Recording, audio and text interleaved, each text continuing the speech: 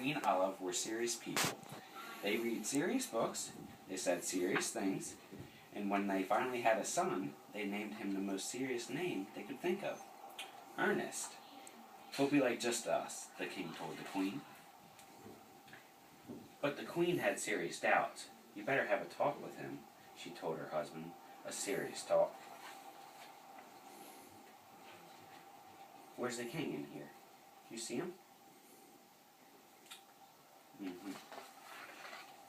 So right after lunch, the king said, "Son, one day you will be the king, and being king is no laughing matter." "But I don't want to be the king," said Ernest. "Nonsense," replied his royal highness. "Everybody wants to be a king." "Not me, I just want to be a jester." "A jester? You know, someone who makes people laugh." "This is no time to be funny," roared his majesty. "We have a serious problem around here. A fire-breathing, people-eating, three-headed dragon.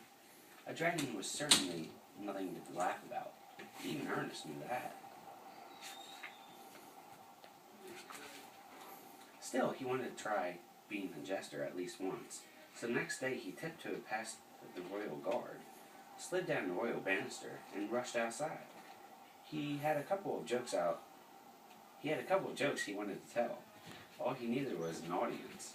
As it turned out, he didn't have to look very hard, for suddenly he was face to face with a fire-breathing, people-eating, three-headed dragon. Ernest was so scared he couldn't even say a word. The dragon, on the other hand, was surprisingly talkative. Molly. "I'm Snaggle," said the head with the longest fangs. "I'm Snuffle," said the head with the reddest snout. "I'm Snide," said the head with the sharpest tongue, "and I'm going to gobble you up." "Please don't," begged Ernest. "Oh, yes, I will," said Snaggle. "Oh, no, you won't," said Snuffle. "Maybe we will, and maybe we won't," said Snide. Like so many three-headed creatures, this dragon could never make up its mind. It couldn't even decide when to go to bed, or who to have for lunch, or even what to call itself. Me, us, or hey, you. While the dragon bickered among itself, Ernest dashed away. But he didn't get far. "Tell us a little about yourself," said Snide. "I'd like to know who I'm eating." "Well," said Ernest, "I'm a jester." "You? A jester?" said Snaggle. "Don't make me laugh." "But I can make you laugh," said Ernest. "I really can."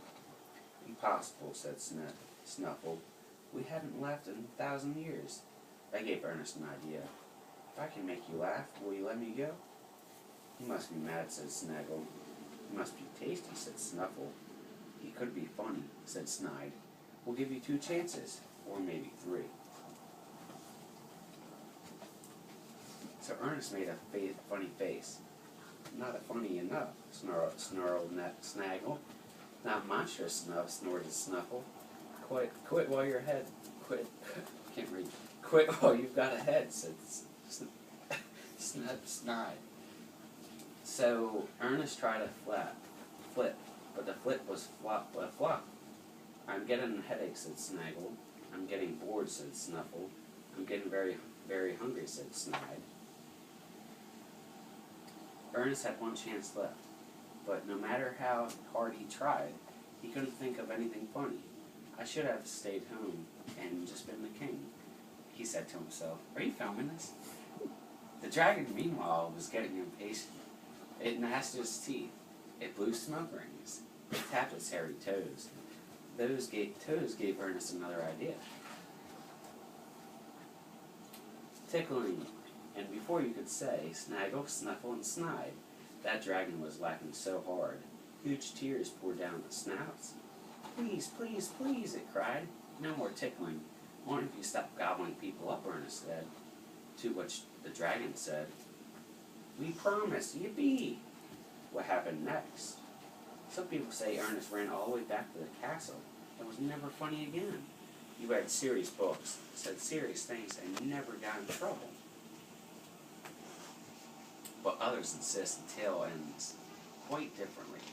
They say Ernest got to go home, told his parents all about the dragon, and you can imagine the majesties were delighted, and it promised not to gobble up any more people. This calls for a celebration, said the king. So Ernest put on a show for them. He flipped without flopping. Knock, knock. He joked without stopping. He even juggled without dropping. And for the grand finale, he shared the spotlight with a friend of his. Which version of the story is true? As Dragon might say, I'll give you 2 guesses. Or maybe 3.